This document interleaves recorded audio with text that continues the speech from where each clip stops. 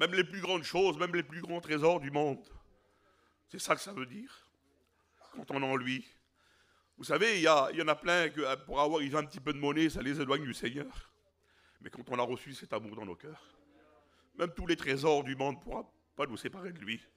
Ni la profondeur, ça veut dire quoi? Même si on mange un bout de pain sec, même si on n'a plus rien, il reste que ça, il reste des miettes. Ben, si on a l'amour de Dieu, ça ne pourra pas nous séparer. Même s'il viendrait un ange, c'est pas rien un ange. Même s'il viendrait un ange, et puis peut-être qu'il nous apporterait d'autres choses, il viendrait un ange là-dedans, se mettrait tous à genoux, nous. Mais s'il n'apporte pas ça, vous comprenez, s'il n'apporte pas ça, ça ne pourra pas nous séparer. L'amour du Seigneur, elle est tellement grande, elle est tellement bonne, elle est tellement efficace, elle est tellement merveilleuse. Comme je suis fatigué, elle vient, elle me touche, et tout change. Je pleure, j'ai plus peur de verser des larmes, j'ai plus honte de prier, j'ai la force, j'ai l'autorité, parce que l'amour du Christ, et vous savez, c'est ce qu'il y a de plus grand. Et ce matin, Dieu voudrait nous donner, il voudrait nous parler. Si tu manques d'amour, il peut t'en donner. Si tu manques de foi, il peut t'en donner. Si tu manques d'espérance, il peut t'en donner. Si tu manques d'assurance, il peut t'en donner. On a un Dieu qui est bon. Vous savez, on est des chrétiens. On est tous des chrétiens ce matin. Je le crois. Et puis, on a tous donné nos cœurs à Dieu. On a fait des expériences avec Dieu. Et puis, on résonne en nous. Vous savez, le moi, ça nous fait des misères. Le nous, ça nous fait des misères. Ça nous fait plein de misères. Et puis, on se raisonne en nous. On dit, moi, je suis pas mal. Je suis pas mal. Je suis déjà une bonne chrétienne. Je suis déjà un bon chrétien. Je loue pas de réunion. Je viens en réunion. Je sers mon Dieu. Je fais plus le mal. Je fais plus de mal, moi. Vous comprenez, un chrétien, ça fait pas le mal, hein, les chrétiens. Un chrétien qui fait du mal, c'est pas un chrétien, vous comprenez? Il a une étiquette. Mais un chrétien, il raisonne en lui, il dit, moi, je fais pas de mal.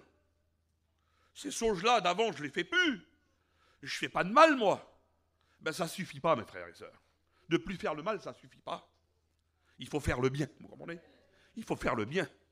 Et la Bible nous dit, il y a un texte, vous savez, des fois, on a peur de le dire. On a peur d'en parler. Et puis, ce texte-là, il est fort. Mais comment qu'il est fort? Il ne parle pas de péché. Il ne parle pas de péché. Il dit simplement comme ça. Celui qui peut faire le bien et ne le fait pas, il commet quoi? Alors c'est grave. C'est pas mal grave, hein? Parce que nous, on croit qu'un péché, c'est des fois de dire une petite conversation le matin en chinant. C'est pas un péché, mais ça ressemble. On croit que c'est ça, nous. Non, ça c'est fini, ça. On a fait une croix, le sang du Christ, il a tout lavé ça. Vous comprenez ça? De plus faire le mal, ça ne suffit pas, il faut faire le bien. Et celui qui ne fait pas le bien, la Bible dit, il commet un péché. Alors ça me concerne à moi. Hein. Ça concerne Enoch, ça me concerne, Seigneur. Comment, moi? J'ai pu faire là, j'ai pu aider là. On peut faire le bien. Vous savez, faire le bien, c'est pas toujours de donner un billet, vous comprenez? Parce que nous, on a peur de donner un billet. On a peur de fouiller dans nos poches. C'est pas toujours ça. Malgré qu'il faut le faire, malgré qu'il faut donner, il faut le faire. Mais il y a plein de choses qu'on peut faire. Faire du bien. Et puis on ne le fait pas. Et à ce moment-là, c'est grave pour nous. Moi, je ne voudrais pas lancer une condamnation sur vous. Mais vous savez, pour faire le bien, c'est pas en raisonnant, Seigneur, je viens 3 fois par semaine à la réunion, je prends mon culte, quand il y a quelqu'un que je vois à côté, je l'invite à manger. Mais c'est pas ça. C'est une routine religieuse. Pour faire le bien, il faut faire d'autres choses que ça. Parce que malgré tout, nous qui sommes hommes, nous qui sommes chrétiens, on est sur la terre et la chair de misère là, cette chair de misère là, comment elle nous porte tort. Et pour que cette chair de misère là, elle soit écrasée, c'est pour ça que la Bible dit, il faut que la chair soit écrasée. Il faut que ça soit écrasé, ça là, et puis que laisser la place à l'esprit. Et quand on laisse la place à l'esprit, alors à ce moment-là, tout change, vous comprenez? On vide nos poches, on donne notre camion, on donne notre camping, on donne tout. C'est pour ça que les apôtres, quand on lit dans la Bible, les apôtres là, Ils menaient tout le monde. Parce qu'ils avaient compris qu'il fallait laisser l'esprit monter. Alors les apôtres, tous les chrétiens, ils vendaient leur terrain et puis ils les mettaient aux pieds des apôtres. Tous les sous, ils les mettaient aux pieds des apôtres. Ils donnaient tout. Parce qu'ils étaient bénis. Vous savez, quand on est béni, on est capable de tout. On est capable de tout. Ce n'est pas une belle prédication qui va nous changer. C'est la présence de Dieu dans mon cœur à moi. Vous comprenez? Et moi, je ne peux pas inculquer à un frère, tiens, moi je le fais, lui il ne le fait pas. On ne peut pas. Lui, il n'a pas reçu ce que j'ai reçu. Il faut être béni. Il faut être rempli de la présence du Seigneur pour faire ce que Dieu nous demande. Parce que ce que Dieu nous demande, c'est des choses qui sont difficiles à faire. Pour nous, parce qu'on est encore sur cette terre. Alors je voudrais vous faire comprendre par la parole de Dieu de quelle façon on peut faire ces choses. De quelle façon que Dieu voudrait nous bénir. De quelle façon que Dieu voudrait faire avec nous. Des hommes, des femmes de Dieu, des hommes de Dieu, vous comprenez? Et dans la maison du Seigneur, il y a des hommes de Dieu, il y a des femmes de Dieu. Et je voudrais vous lire un petit texte dans la parole du Seigneur qui se trouve dans la Genèse. Pour ceux qui ont la Bible. Merci, Barodé. Genèse 28. Pour ceux qui ont la Bible. Genèse 28 et verset 16, je crois.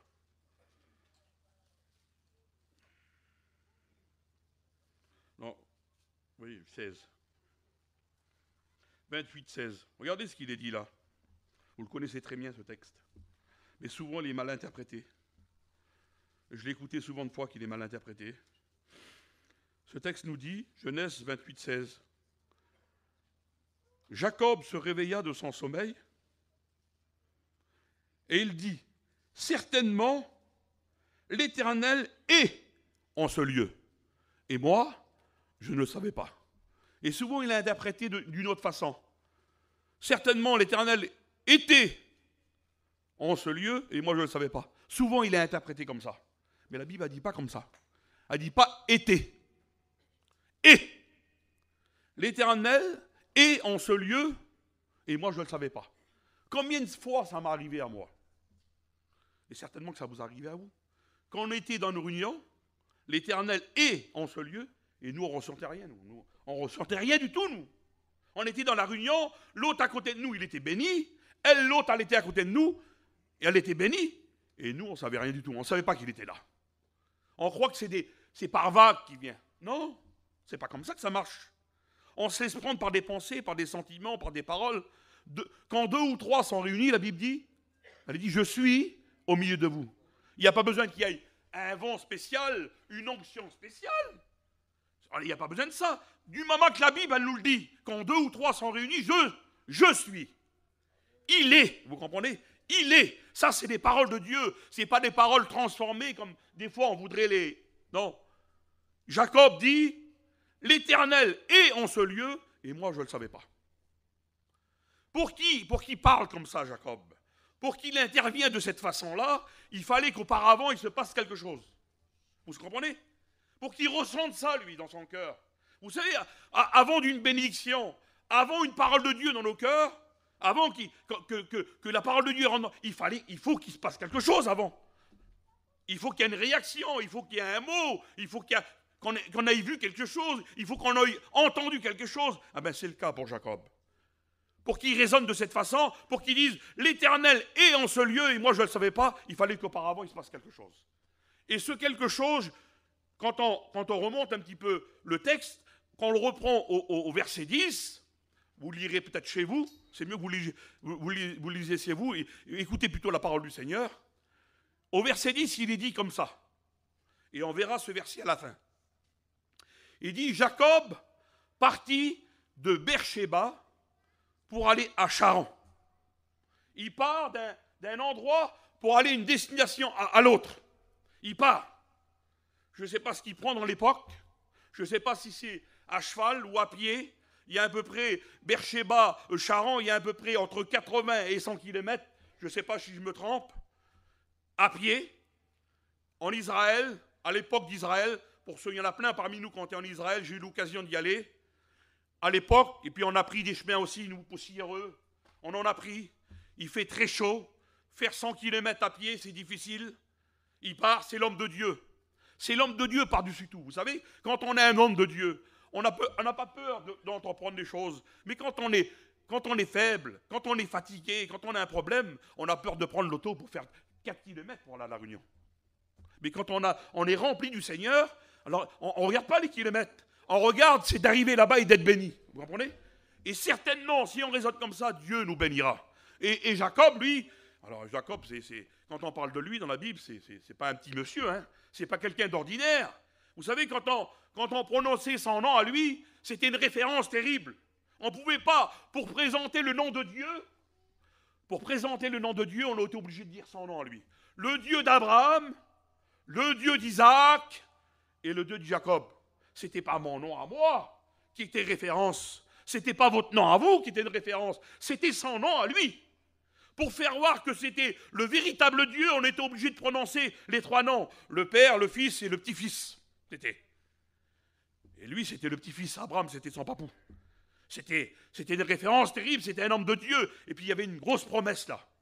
Lui, il part de Beersheba pour aller à Charan. Et quand il commence à faire quelques kilomètres, je ne sais pas à peu près, je ne sais pas combien de kilomètres à peu près, mais il fait entre 40 et 50 kilomètres. À pied, ou je ne sais pas, c'est pas marqué dans la Bible. Alors je ne vais pas me prononcer. Mais la Bible nous dit, il arriva dans un lieu. La Bible dit, vous lirez le texte, et vous comprendrez mieux encore. Il arrive dans un endroit, le soleil s'était couché, la Bible dit. Le soleil s'était couché, et il vit un lieu. C'est marqué comme ça. Il vit un lieu. Vous savez, des fois, quand on roule avec nos campings, nous, moi, ça m'arrive de le faire ça. C'est pour ça, peut-être qu'on est des juifs, nous. C'est pour ça peut-être qu'on est de cette descendance-là. Quand on roule, je vois un endroit, même des fois, il y a ma femme à côté de moi, on roule, on voit un petit endroit. On dit, c'est pas beau le petit endroit pour passer mettre ta camping là. Ça vous est pas arrivé, ça, vous? Ça vous est pas arrivé, ça? Un petit arbre, il y a un petit ruisseau qui passe. C'est de l'air toute verte. On serait pas bien, là, on passerait 2-3 jours après une convention que c'était difficile. Ça vous est pas arrivé, ça? On est tous pareils. On a le même sang, on est le même peuple. Et lui, c'est pareil, lui. Jacob, lui, on dirait que c'est un juif. Si on est un juif, c'est lui, c'est les premiers. Et puis, il arrive, il voit un endroit, ça lui plaît. Mais vous savez, en Israël, à l'époque, surtout à l'époque, les endroits avec les petits ruisseaux, avec la petite herbe, et puis le petit arbre, il n'y en a pas beaucoup. C'est plutôt sec, c'est plutôt rocailleux, et puis c'est comme ça. Mais lui, dans son pays, il voit que cet endroit, elle est merveilleuse. Il dit, je vais passer la nuit là, je vais me reposer. Il a fait une grosse journée, le soleil a tapé dur, le soleil s'est couché maintenant, peut-être qu'il y avait un petit peu d'ombre. Il dit, je vais me mettre là, je vais dormir là ce soir. Et puis la Bible dit, je vais me mettre dans ce lieu-là. Et puis il commence à s'arrêter. Certainement qu'il avait une petite couverture. Elle ne devait pas être épais comme ça. Petite couverture fine. Et puis il la jette par terre. Et quand il s'allonge, il n'a pas de kissa. Il n'a pas de kissa. Et c'est là que je voudrais attirer votre attention. Il n'a pas de kissa. Alors, vous savez ce qu'il fait? Il commence à chercher une pierre. Il trouve une pierre un peu près. Elle devait être plate comme ça, la pierre. Et assez plate comme ça. Il dit, je vais prendre cette pierre, je vais me faire un kissa avec. Il prend la pierre, il la met là. Il s'allonge, il met sa tête dessus, sur la pierre. Vous savez, si c'était une kissa, là on peut le dire, elle était dure comme de la pierre. Là, on peut le dire, hein. Parce que c'est une référence. Il prend la kissa là, il la met là, mais il commence à dormir. Comment il commence à dormir? Il dort, tellement il dort, il fait un songe. Nous, là, qu'on est là, je connais mon peuple, je vous connais, moi. Même que c'est la première, je ne vous ai jamais vu, c'est la première fois, mais je sais comment vous marchez. Je sais de quelle façon vous faites, parce que vous êtes mon peuple, vous comprenez? Vous ne pouvez pas me tromper, moi. C'est pour ça qu'on dit, tiens, elle n'est pas Yarali, là. Parce que c'est pas pareil que nous, c'est pas pareil que mon peuple. Il n'est pas Yaralo, le Grajo, là, parce que c'est pas pareil que nous, vous comprenez? Mais mon peuple, moi, je le connais. Je sais qu'il aime bien les kissa. Le meilleur duvet, je connais mon peuple, moi. Je sais, on sait, les femmes, ils se battent. Quand ils voyaient un lit de plume, là, c'est comme si ils voyaient un homard, je sais pas, moi. Quel duvet? Le duvet d'oie, il vient de là-bas. Lui, c'était pas ça. Les meilleurs kissas. Vous allez vers moi, vous allez voir les kissas. Ma femme, on en avait des kissas en France. On a vu des kissas dans les pays étrangers. À l'Isoleil, ils sont plus gonflés. Enoch achetant-les, Solal. On les a achetés. On aime le lit, on tombe mort. Tellement qu'on aime le lit, ça nous empêche de venir à la réunion de prière le matin. C'est vrai, ça, hein? Lui, c'est pas ça. C'est une petite couverte fine comme ça. Et sa kissa, elle est dure comme de la pierre. Et c'est une pierre, de toute façon. Nous, les meilleurs kissas. Les meilleurs duvets, les lits de plumes, c'est les meilleurs qu'il y a. Et sur les matelas, ils sont hauts comme ça, les matelas. Le meilleur matelas, au-dessus, on met encore un truc, je ne me rappelle plus comment ça s'appelle, un protège-matelas. J'en ai vu un l'autre jour, il était épais comme ça, là. Ah, même pas la peine. On se couche, on a le meilleur lit de plumes, les meilleurs duvets, ça coûte une fortune, et on ne dort pas de la nuit. On ne dort pas de la nuit, on ne dort pas. Là, qui ça, on s'enfonce dedans, vous allez voir, mais qui ça, moi. Quand je me mets, il s'enfonce en dedans, là. Le duvet, c'est même pas la peine. Mais je dors, je vous dis, moi, je dors. On a tout meilleur, les meilleurs matelas, les draps. Vous avez vu quand on s'est pris une douche le soir? Vous prenez une douche le soir, vous aussi, hein? Une douche le soir, et qu'à la chanzy, le lit, les draps, ils sont tout propres, bien repassés. La cira, tu mets dedans, comment que c'est bon? Oui, mais c'est comme ça. Et vous le comprenez, ça? On rentre dedans, on tombe mort. Mais on ne dort pas de la nuit. On tourne comme ça dans le lit, comme ça, là. On a tout ce qu'il faut pour dormir et on ne dort pas. Mais je parle aux chrétiens, là. Hein. Un païen qui ne dort pas, ce n'est pas un problème. Il n'est pas avec Dieu. Mais un chrétien qui ne dort pas, ce n'est pas normal. Un chrétien qui ne dort pas, qui passe des nuits, et moi, souvent, je fais les marchés, moi. Je me lève bonne heure le matin. À 6h30, 7h, je suis levé, moi, je suis parti, au marché. Et souvent, je parle avec des chrétiens, il y a des chrétiens, et non, je n'ai pas dormi de la nuit. Ça fait 8 jours que je ne dors pas. L'autre, ça fait 1 mois que je ne dors pas. Mais c'est des chrétiens. Et puis, la preuve, j'en ai fait une prédication. Alors, vous comprenez que c'est pas normal. Le Seigneur, lui, il nous donne la paix, il nous laisse la paix. Il y a des psaumes, il y a des textes, des psaumes de la Bible qu'on peut tirer, et puis qu'on pourrait les réciter, il y en a plein. Je m'endors en paix, je me couche en paix, car toi seul, tu es la sécurité dans ma demeure. Voilà les textes. Ça, c'est des textes pour les chrétiens. C'est des textes que Dieu, il a mis esprit pour nous, pour les chrétiens. On s'endort en paix, en sécurité, parce que je sais, moi, Seigneur, j'ai pas peur. Tu es la sécurité dans ma demeure. Malgré tout ça, il y a des chrétiens qui ne dorment pas. Il y en a plein qui ne dorment pas. Ils ont tout ce qu'il faut, et puis ils ne dorment pas. Et puis, à la force qu'ils ne dorment pas, alors il y a une fatigue qui vient, il y a la fatigue qui vient. On arrive à dormir un petit peu, tellement on est fatigué. On s'endort. Lui, il s'endort sur une pierre, il fait un songe, lui. Il a une vision. Nous, on s'endort, on fait un cauchemar. Elle se réveille, elle est à côté de nous. Elle en sueur comme ça, qu'est-ce que t'as eu? Ah, j'ai fait un vilain rêve. Ou lui, ou pareil. J'ai fait un vilain rêve, il en sueur comme ça, là. Il y a les gouttes d'eau qui tombent comme ça, là. J'ai fait un mauvais rêve. Le petit, le diable, j'ai rêvé le diable. J'ai rêvé des mauvaises choses. Au lieu, nous, quand on rêve des belles choses. Ma femme, ce matin, là, elle ne savait pas que j'allais prêcher ça, elle. Elle a rêvé. Elle dit, Enoch, j'ai rêvé. J'ai dit, qu'est-ce que tu as rêvé? La petite Anadie, de David, la petite Anadie, j'ai rêvé qu'en dessous de son store, il y avait un petit bébé. Ça fait des années qu'ils n'ont pas d'enfants. Elle a rêvé ça, elle. J'ai l'impression de tout le store. Si vous voyez le petit foyer, c'est un petit foyer chrétien. Ils ont tout. Ils ont de belles campings, ils ont un beau camion.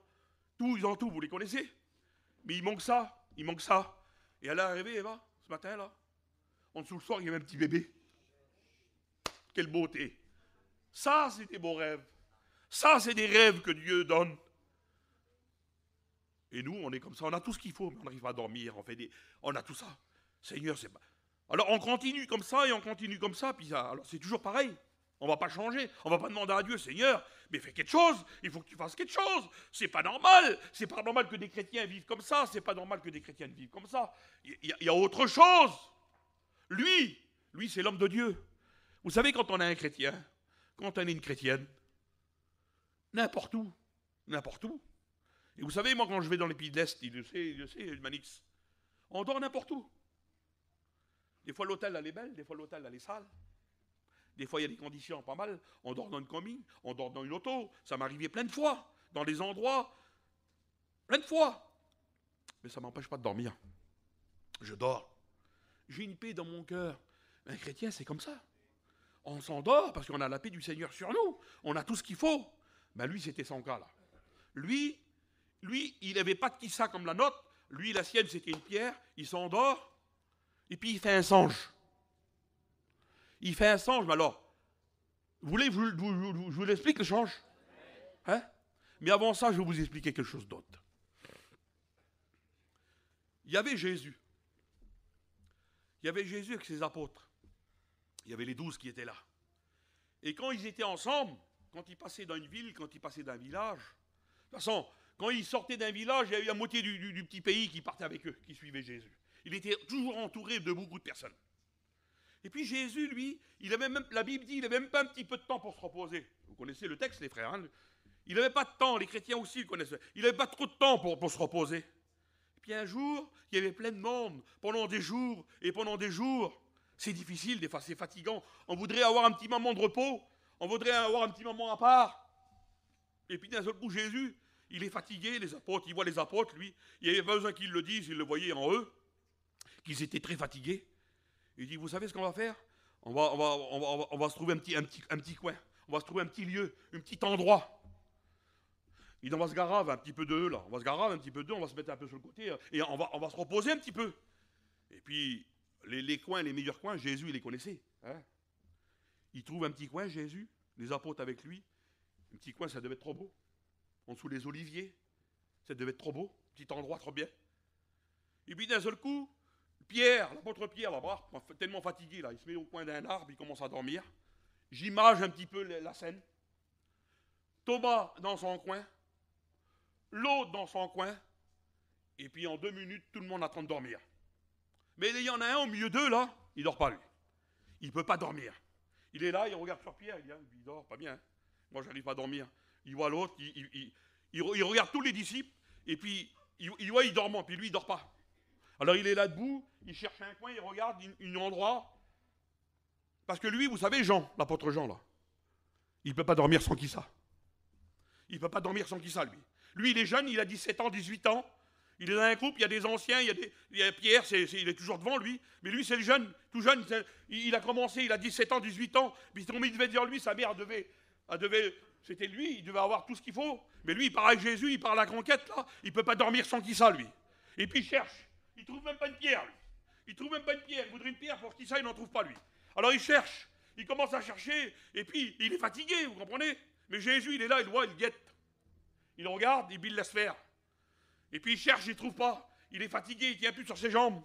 Il était fatigué, et puis Jésus, il dit, qu'est-ce que tu cherches? Qu'est-ce que tu cherches, Jean? Il dit, je me cherche quelque chose, je n'ai pas de qui ça, je ne peux pas dormir sans qui ça, moi. Vous pouvez dormir sans qui ça, vous? Moi, des fois, quand je pars avec elle, en mission, ou des fois je pars à l'étranger, je prends mes 2 qui ça avec. Je prends un sac en plastique, tu le fais aussi, pour ça. On prend un drap, paf, allez, on met tout ça dedans, parce que des fois, les kissas dégradés, ça comme ça, ils sont comme ça, là. On ne peut pas dormir sans kissa. Je prends mes kissas avec. Mais lui, il ne les a pas pris avec. Il cherche, et puis Jésus lui dit, Jean, qu'est-ce que tu cherches, Jean? Il dit, Seigneur, je ne peux pas dormir sans kissa, moi. Alors pour ça, je cherche quelque chose, je n'arrive pas. Je ne peux pas dormir. Alors Jésus, vous savez ce qu'il fait, lui? Il est la solution à tout. Quand tu as un problème, quand tu as des difficultés, quand tu ne dors pas de la nuit, et puis tu viens vers lui, tu dis, Seigneur, je ne dors pas de la nuit, je ne peux pas dormir sans kissa, j'ai un problème. Peut-être le problème, lui, c'était la kissa, mais peut-être toi, tu as la bonne kissa, mais tu as un autre problème, vous comprenez? Et le Seigneur, il dit, viens, approche-toi de moi. Parce que lui, c'est la solution, lui. Approche-toi de moi. Alors vous savez ce qu'il fait, lui? Il s'approche de lui. Parce que lui, c'est la solution à tout. Tous les besoins que tu peux avoir dans ta vie. Si tu t'approches de lui, il est la solution. Il s'approche de lui. Il dit, alors, oui, Seigneur, je suis là devant toi. Tu n'arrives pas à dormir? Oui, j'arrive pas à dormir. Tout le monde dort, moi je ne peux pas dormir. J'ai pas de qui ça, je ne peux pas dormir sans qui ça. Il dit, approche-toi de moi. Approche-toi de moi. Jésus, il est allongé là. Il dit, mets-toi à côté de moi. Alors il se met à côté de moi, lui, il ne sait pas ce qu'il va faire. Jean, il ne sait pas ce qu'il va faire. Il dit, approche-toi de moi. Il s'approche de lui comme ça. Il dit, tu veux de qui ça? Mets ta tête là-dessus, là. Ça, c'est Takissa, ça sera Takissa. Et puis, il commence à mettre sa tête, c'est marqué dans la Bible, ça, c'est comme ça, c'est marqué. Il prend, Jean, là, il prend la poitrine de Jésus, là, comme qui ça. Quand il met sa tête dessus, là. Vous savez, nous, j'ai 8 petits-enfants, moi. Et puis, j'ai eu 4 enfants. Les plus beaux berceaux, les plus beaux machins, nous, on essaye de l'avoir pour nos petits. On est tous comme ça. Et puis, pour faire dormir le petit, là, au-dessus, il y a un petit machin, on tire la ficelle. Vous savez? Et puis, ça fait une petite musique, ding, ding, ding, le petit, pour qu'il dort avec les anges là-bas, hein, pour le faire endormir. C'est pas comme ça? Oui. Eh bien, Jean, il l'avait aussi, ça. Quand il a mis ça, son oreille, là, sur la poitrine de Jésus, là, c'était les battements de son cœur. Les battements du cœur de Jésus, qui l'a endormi.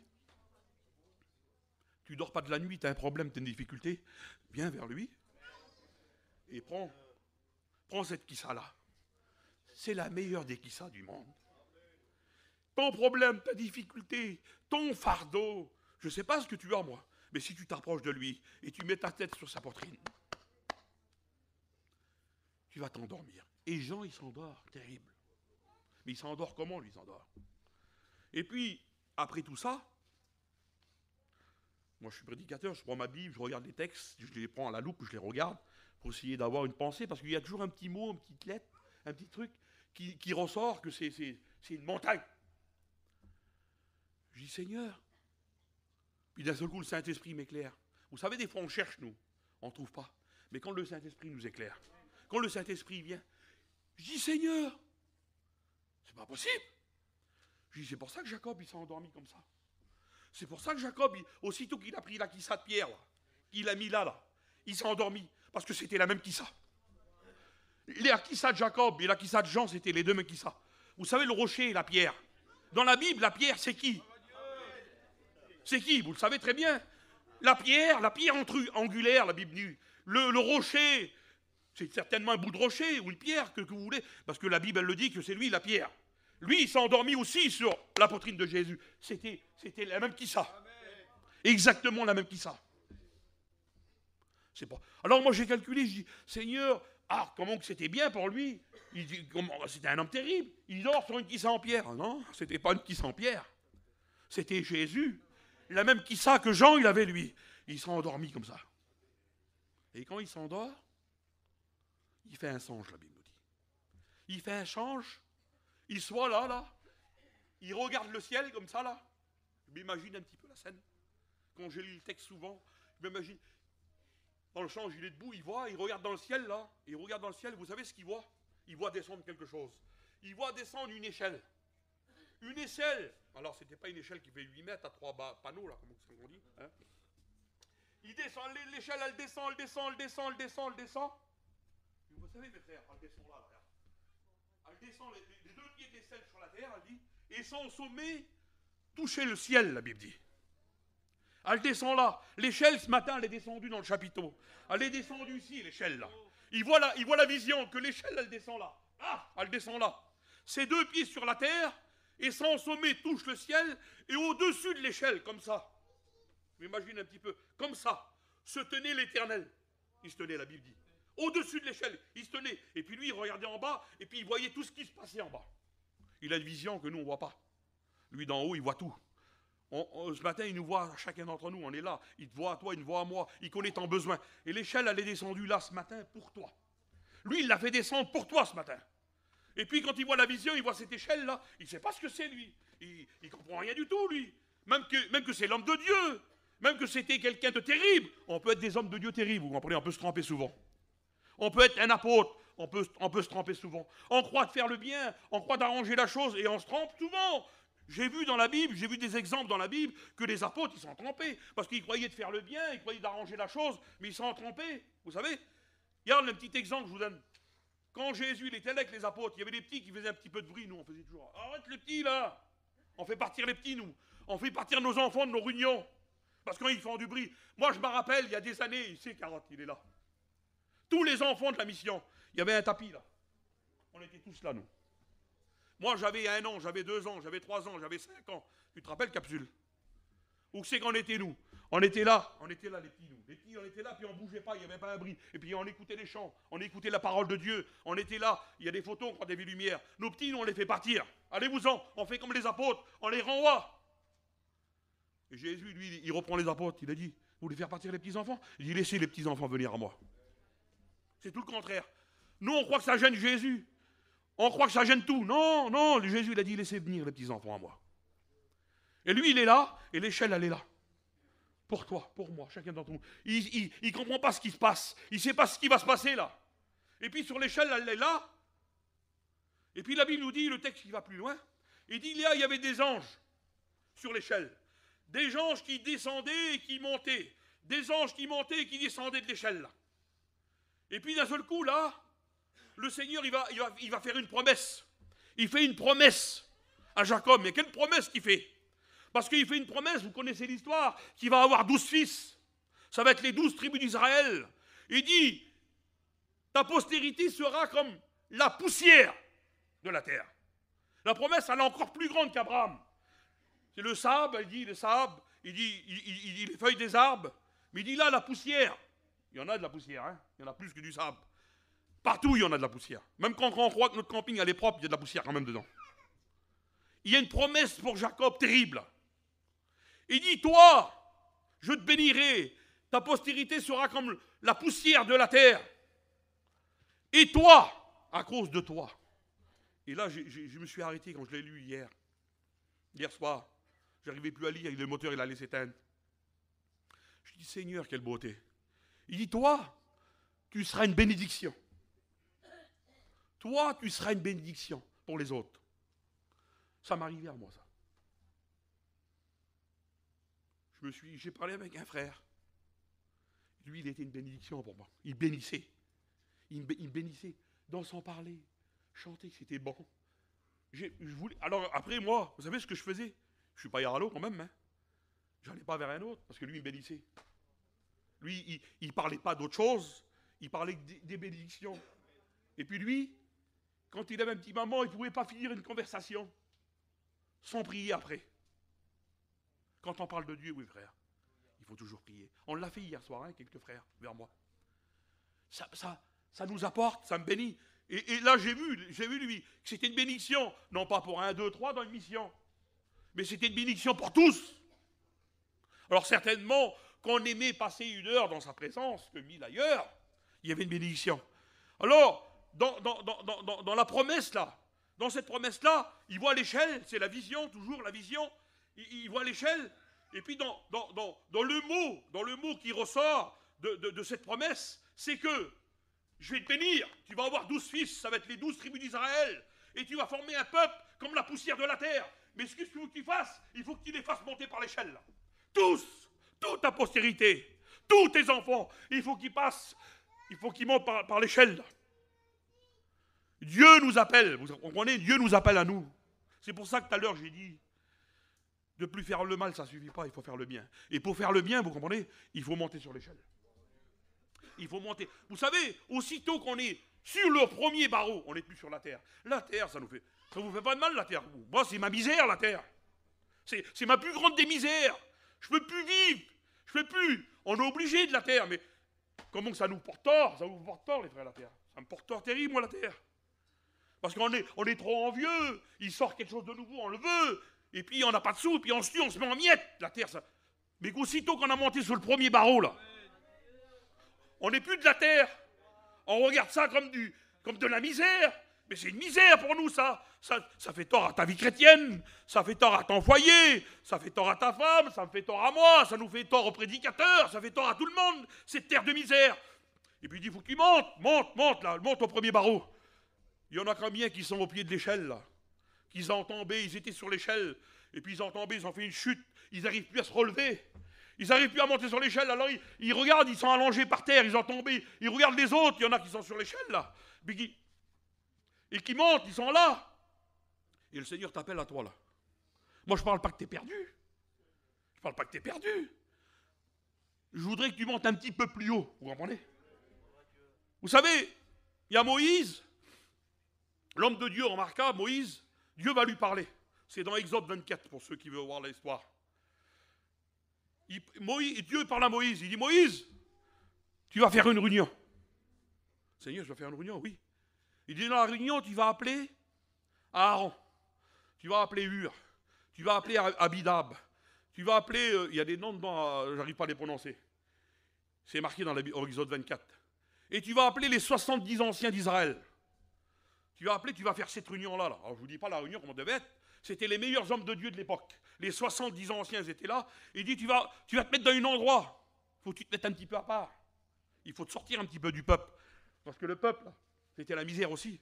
Il faut que tu te mettes dans un endroit. Il y a un petit flanc, il y a un petit endroit. Sur la montagne, au pied de la montagne, tu montes un petit peu plus, il y a un petit flanc, il y a un petit endroit là. Tu vas te mettre là. Avec Aaron, Hur, Josué et tous les autres là. Et les 70 d'Israël, ils étaient à peu près, j'ai compté à peu près 74, 75. Ça faisait une belle petite réunion. Hein.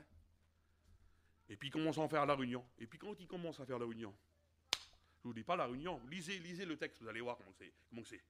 C'est quelque chose c'est même pas la peine, il n'y a pas de mots, tellement, il faut le lire. La réunion, elle est là, et puis l'Esprit de Dieu, elle commence à tomber sur eux. Ils avaient tout. Ils avaient tout.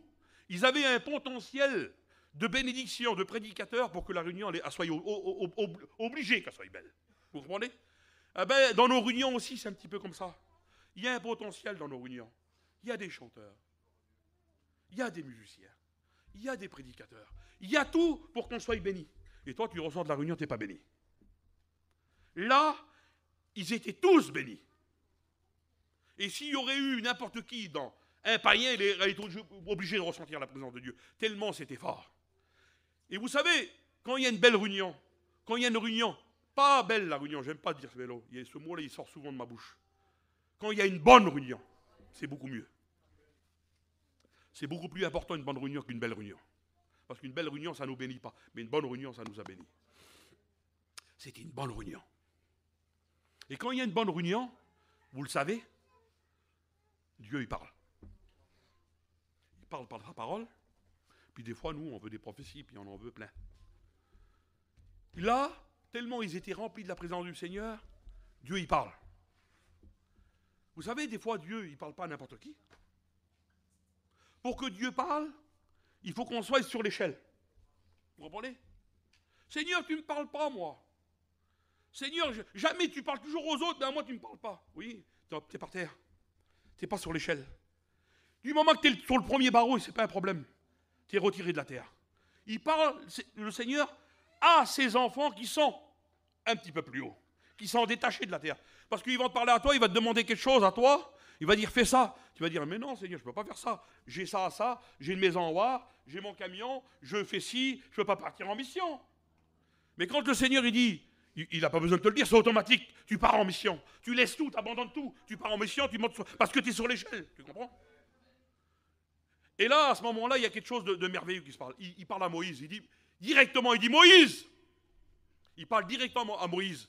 Parce que Moïse, il était monté un petit peu plus haut. Il était sur le flanc de la montagne. Il dit Moïse, c'est marqué dans la Bible comme ça. Moïse, monte vers moi. Monte un petit peu plus haut. Vous savez ce qu'il fait Moïse, lui? Il ne calcule pas. Il ne dit pas j'ai ma femme en bas, j'ai mes enfants en bas. Il ne calcule pas, lui. Il monte un petit peu plus haut. Il prend le chemin qui mène en haut. Là. Parce que la présence de Dieu, elle est en haut, vous comprenez? Elle est en haut. Et puis c'était très difficile de monter sur la montagne. Le Sinaï, vous connaissez le Sinaï, il y en a qui ont été au Sinaï. C'est difficile, il avait des sandales, les chemins ils étaient pierreux, certainement qu'ils se coupaient les pieds, et puis il montait quand même, il voulait monter en haut. Le Seigneur nous appelle à monter un petit peu plus haut, parce qu'il a quelque chose pour nous, quelque chose de merveilleux. Il a une bénédiction particulière. Quand on est sur l'échelle, il y a un repas merveilleux. Il y a Jésus qui est avec ses apôtres. Il est en Samarie. Il arrive, il s'assit sur le pied de Jacob. Vous connaissez très bien cette histoire, l'histoire de la Samaritaine. La Samaritaine, elle vient, elle lui demande de l'eau, tout ça. Il parle avec elle, je passe tout ça. Et les apôtres, ils avaient faim, ça faisait un petit moment qu'ils n'avaient pas mangé. Les apôtres, ils s'en vont dans le pays pour acheter avec des commissions. Et Jésus, lui, il tient une conversation avec la Samaritaine. Vous connaissez l'histoire. Les apôtres, ils viennent. Quand ils reviennent, j'aimerais attirer votre attention là-dessus. Les apôtres, ils viennent. Et quand ils viennent vers lui, il dit Seigneur, tiens, voilà du manger. Il a apporté un peu de manger. Il dit Seigneur, il dit Jésus, ça y est, j'ai mangé. Il dit comment t'as mangé? Alors là, ils croient que la Samaritaine elle lui a donné un plat de manger, ou quelqu'un lui a apporté un plat de manger. Non, c'est pas ça. Il dit, Seigneur, il y a le manger là, on a apporté, on a fait les commissions, esprit. Il dit, il y a le manger là. Il dit, non. Il dit, moi j'ai mangé une nourriture que vous ne connaissez pas encore. Vous comprenez? Il avait la nourriture, lui. Il avait la nourriture. Mais les apôtres, on peut être apôtre, on peut être pasteur, et puis pas pouvoir goûter cette nourriture-là, vous comprenez? J'ai une nourriture que vous ne connaissez pas encore. C'était pas qu'ils ne voulaient pas leur donner la nourriture. Peut-être qu'il leur a donné certainement après la nourriture là. Mais c'était pas le moment pour eux.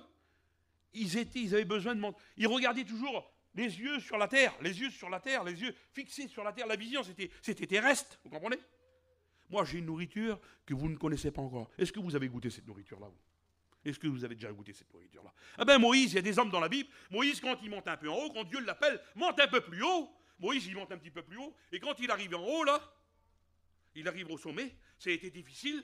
Il a monté au sommet. Et puis il avance. Et quand il avance, il y a déjà quelque chose qui est spécial.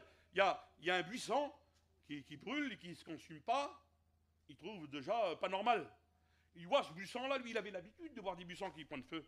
Dans le désert, pendant 40 ans qu'il est, et ceux qui arrivent dans le désert, il y a tellement le vent souffle, il y a des petits bouts de bois qui se mettent ensemble, on brûle comme ça, et ça roule, et ça ramasse tous les bouts de feuilles, les bouts de paille, les machins, ça forme, et quand le soleil il tape dessus, une petite pierre qui luit un petit peu, et un reflet de soleil, ça prend feu. Il avait l'habitude, certes, des dizaines de fois il avait vu ça, mais là il a vu que c'était pas normal. Il brûlait, mais il ne se consumait pas. Donc il y avait quelque chose, vous savez la bénédiction, elle brûle en nous, mais jamais elle se consume. Jamais de la vie. Jamais. Quand ça brûle, le feu qui brûle en moi, on le chante. Quand le feu brûle en nous, ça nous donne ça. Ça nous fait avancer, vous comprenez? Et il voit ça, lui. Il trouve ça pas normal. Et puis il veut avancer plus près. Quand on voit quelque chose qui n'est pas normal, on veut le voir de plus près. Qu'on n'a jamais vu. Et puis là, halte! Dieu l'arrête. Il arrête Moïse. Et qu'est-ce qu'il y a, Seigneur? Là, tu es en train de fouler un lieu spécial, une terre sainte, un lieu de bénédiction. Là, dans ce lieu-là, il y a une table.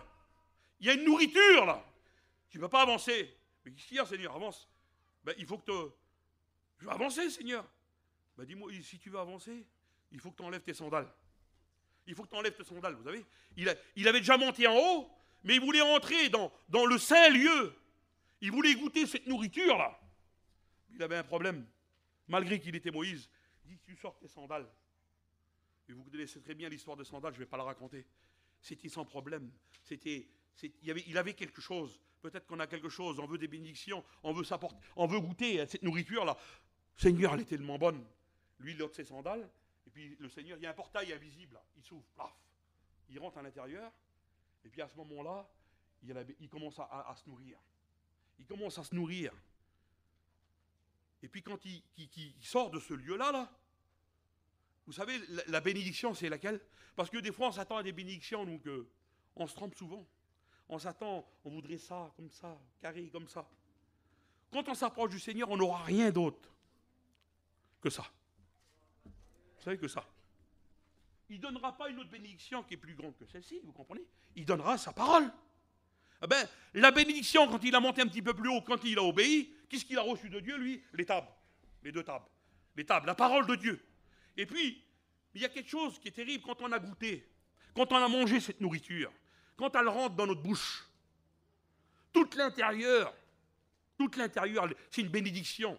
C'est pur, c'est sain. C'est une nourriture qui est bonne. Et ça sort par nos oreilles, ça sort par nos yeux, ça émane de notre figure. Et quand il descend, personne ne pouvait le regarder à Moïse. Parce que les conséquences de sa rencontre avec Dieu se reflétaient sur son visage. Parce qu'il avait goûté d'autres choses. Vous comprenez? Il avait goûté d'autres choses. Ben, le Seigneur, il voudrait nous faire goûter d'autres choses ce matin. Il voudrait nous donner, c'est un repas, c'est la table, elle est grande, Seigneur. La table qui est préparée, elle est grande. C'est la table du Seigneur. Vous voulez être bénis. Vous voulez refléter. Il y a des hommes, il y en a au milieu de nous, il y en a dans notre mission, il y en a partout des hommes comme ça, qui ont goûté à cette nourriture-là, là, qui sont là. Et puis on est là, on les voit, il y a quelque chose qui sort d'eux. Vous n'avez pas vu ça? Il y a quelque chose qui sort d'eux. Tiens, lui là qui passe, c'est un chrétien, ça c'est un bon serviteur, ça sort d'eux. Seigneur, mais il faudrait qu'on dise ça, pas sur un, c'est pas normal ça. Il faudrait qu'on dise ça sur tous. Parce qu'on est des chrétiens, vous comprenez? Surtout les chrétiens, surtout les chrétiennes, surtout les prédicateurs. Les conséquences de sa rencontre avec Dieu se reflétaient sur son visage. Je reviens à l'échelle. L'échelle est plantée là. Et le Seigneur nous appelle à chacun d'entre nous. Seigneur, moi je veux goûter aussi à cette nourriture-là. Il a appelé Moïse, là, vous comprenez? Il a appelé Moïse. C'était l'Ancien Testament. C'était carré, c'était difficile. Il y en avait un qui était pris de temps en temps à droite, à gauche, qui choisissait le Seigneur. Mais l'échelle, là, c'est quelque chose de spécial. Parce qu'on la retrouve dans l'Ancien Testament, dans le Nouveau Testament. L'échelle, c'est quelque chose de spécial. L'échelle, c'est Jésus. Il est descendu, vous comprenez? Il est descendu. Il est descendu sur la terre. Les deux pieds de l'échelle, ils disent sur la terre, c'est marqué comme ça. L'échelle, c'est le moyen de monter en haut. L'échelle, c'est le moyen de goûter à quelque chose de meilleur. Vous en avez pas marre, vous? Moi, je dis, Seigneur, j'en ai marre de ma vie, moi, là. Toujours pareil, mais je voudrais goûter à d'autres choses. Seigneur, mets dans mon cœur quelque chose de nouveau. Vous savez, quand on a reçu, il y a un vent nouveau, il y a une bénédiction nouvelle. On est parti cet été dans cette mission-là. Seigneur, comment que c'était beau. Seigneur, comment que c'était bon. J'ai goûté à quelque chose de nouveau. On a besoin. C'est le départ aujourd'hui, là. C'est le départ, c'est la première mission. Seigneur, moi, dans cette mission, je veux goûter à quelque chose de nouveau. Je veux goûter à quelque chose de nouveau. Alors, elle commence, la mission. On a eu des bonnes réunions. Il nous a donné une petite entrée de table, là, pendant les jours, une petite entrée de table. On est venu à la table, c'était une petite... Mais la table, elle est longue. Au bout, il y a quelque chose de meilleur. Vous comprenez? Où on va devant, il y a quelque chose de meilleur pour toi, pour moi, pour chacun d'entre nous. C'est le départ, Seigneur. C'est le départ. Je suis par terre. J'ai passé une mauvaise hiver. L'hiver, j'ai eu des problèmes familiales, des problèmes d'argent, des problèmes de ci, des problèmes de là. Je ne vais pas vous raconter tous les problèmes, vous savez qu'il y en a plein de problèmes. J'ai passé une mauvaise hiver. Mais Seigneur, je suis là avec mon camping, je suis sur la place, là. Je suis à la Réunion ce matin, et moi je veux faire quelque chose pour toi. Je suis mort, je suis par terre. Je vois les autres qui sont bénis, moi je ne suis pas béni. Seigneur, moi je veux monter le premier barreau. Mais j'arriverai pas, je suis à moitié mort. Il y a eu des mauvaises nouvelles, il y a eu plein de choses, il y a eu des morts dans nos familles, il y a eu plein de choses qui m'ont découragé. Je suis par terre, je suis en miettes, on dit. Souvent on dit comme ça. Mais Seigneur, ce matin je suis là.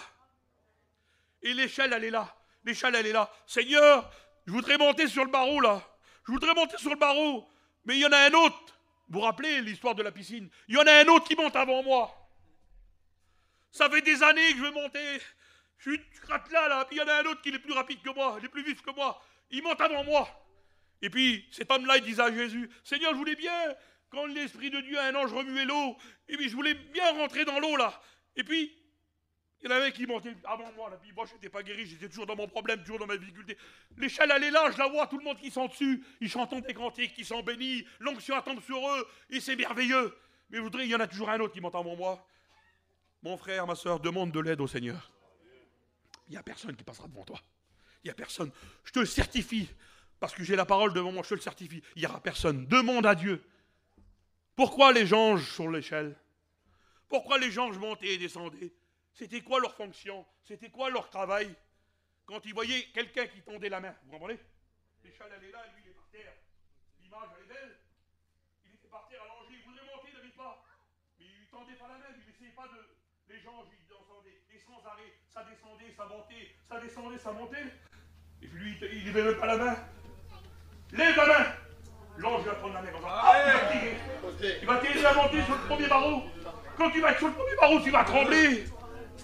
Tu vas trembler, tu vas avoir peur. Peut-être que tu as le vertige. Il y a longtemps que tu n'as pas été béni. Comme ça fait longtemps qu'on n'a pas été béni, on a un petit peu le vertige. On a un petit peu on pleure, on crie. Merci Seigneur pour ceux qui pleurent, qui crient. C'est merveilleux. Mais quand tu vas monter le deuxième barreau, tu vas te régler. Quand tu vas monter le troisième barreau, ça sera encore mieux.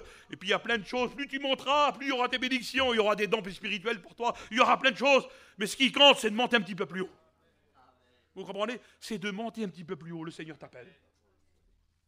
Seigneur, ça fait longtemps que je suis chrétien. Ça fait longtemps que je suis chrétienne. J'ai eu des problèmes, j'ai eu des difficultés. J'ai eu une vie de misère. Il y en a plein qui vivent des vies de misère. Il y en a plein qui vivent pauvrement avec Dieu. Je les appelle les chrétiens pauvres. Je ne les appelle pas des chrétiens perdus. Je les appelle des chrétiens pauvres. On a un Dieu si riche. On a un Dieu qui est rempli de bénédictions. Pourquoi vivre pauvre? Spirituellement, le Seigneur nous t'appelle ce matin. L'échelle, elle est dressée. C'est Jésus, l'échelle, vous comprenez? Si tu montes sur l'échelle, tu ne voudrais pas essayer de monter un petit peu plus haut? Tu ne voudrais pas essayer de monter un petit peu? C'est le départ, là.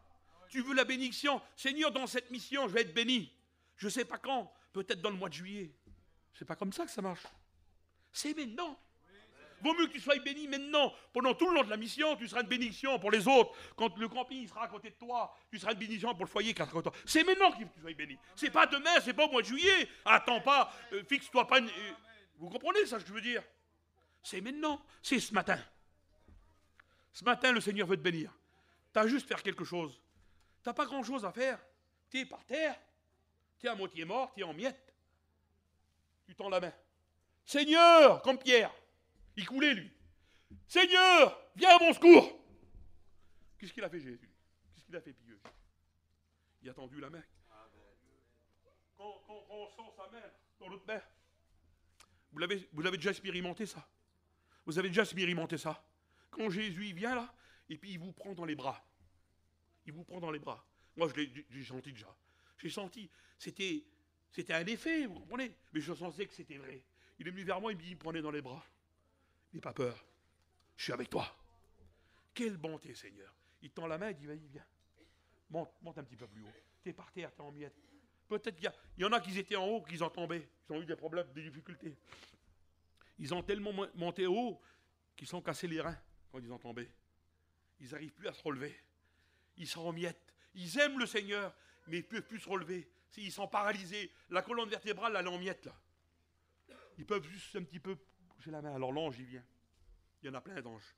Ils montent, ils descendent, et puis ils prennent la main. Il dit, mon frère, monte, viens, monte un petit peu plus haut. Monte un petit peu plus haut. Monte un petit peu plus haut. Monte un petit peu plus haut. Et puis il monte. Alors je sais qu'il y en a parmi nous qui sont déjà sur l'échelle. Il y en a qui sont au 3e barreau. Il y en a qui sont au 4e barreau. Il y en a qui sont un petit peu plus haut.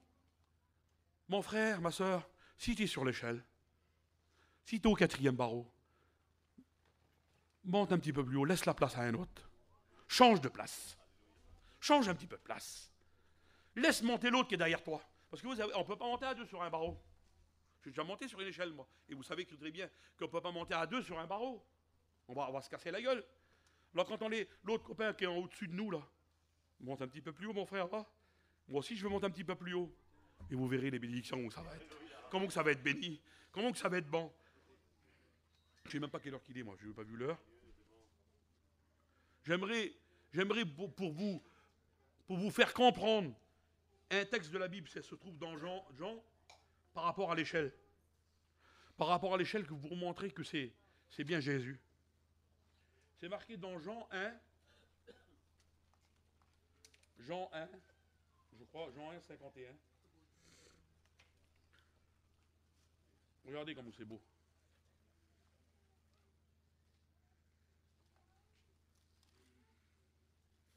Voilà, je vais mettre les lunettes.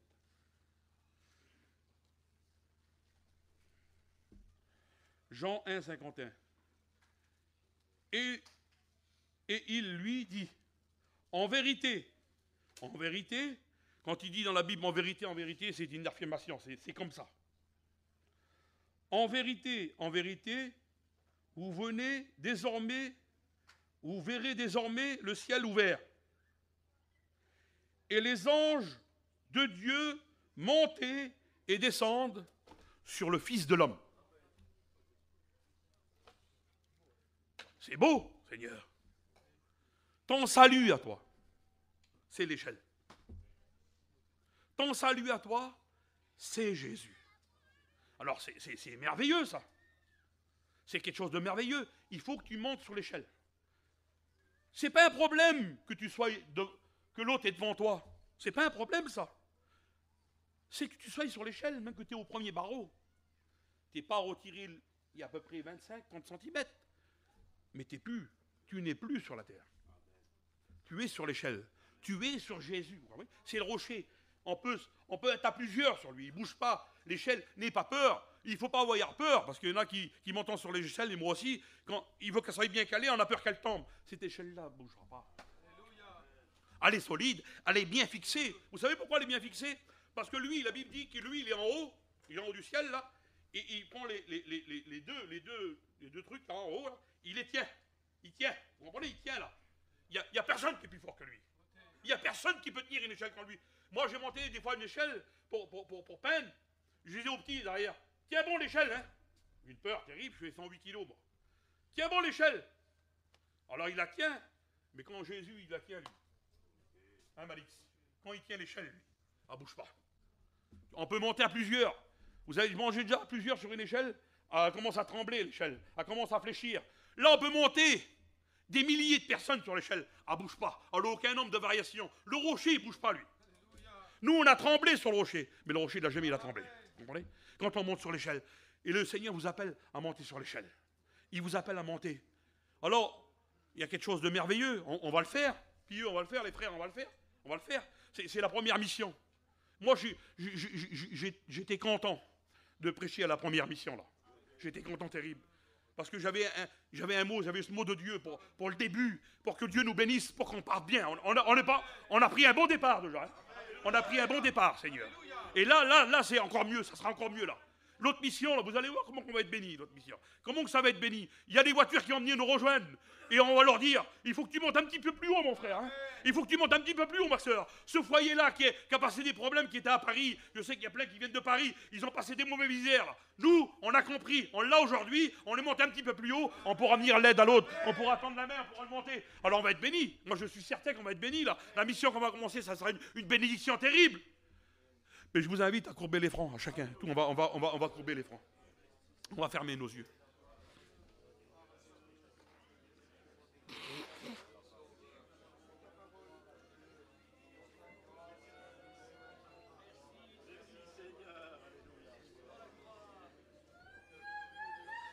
Amen, amen, amen, amen.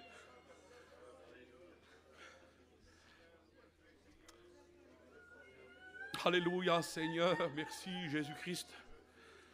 L'échelle, elle est là. Les deux pieds, ils sont là, l'échelle. Et en haut, le Seigneur, il t'appelle à toi. Il est là. Et puis il dit, tu vas être béni. Tu vas être béni. Il ne dit pas, tu es perdu.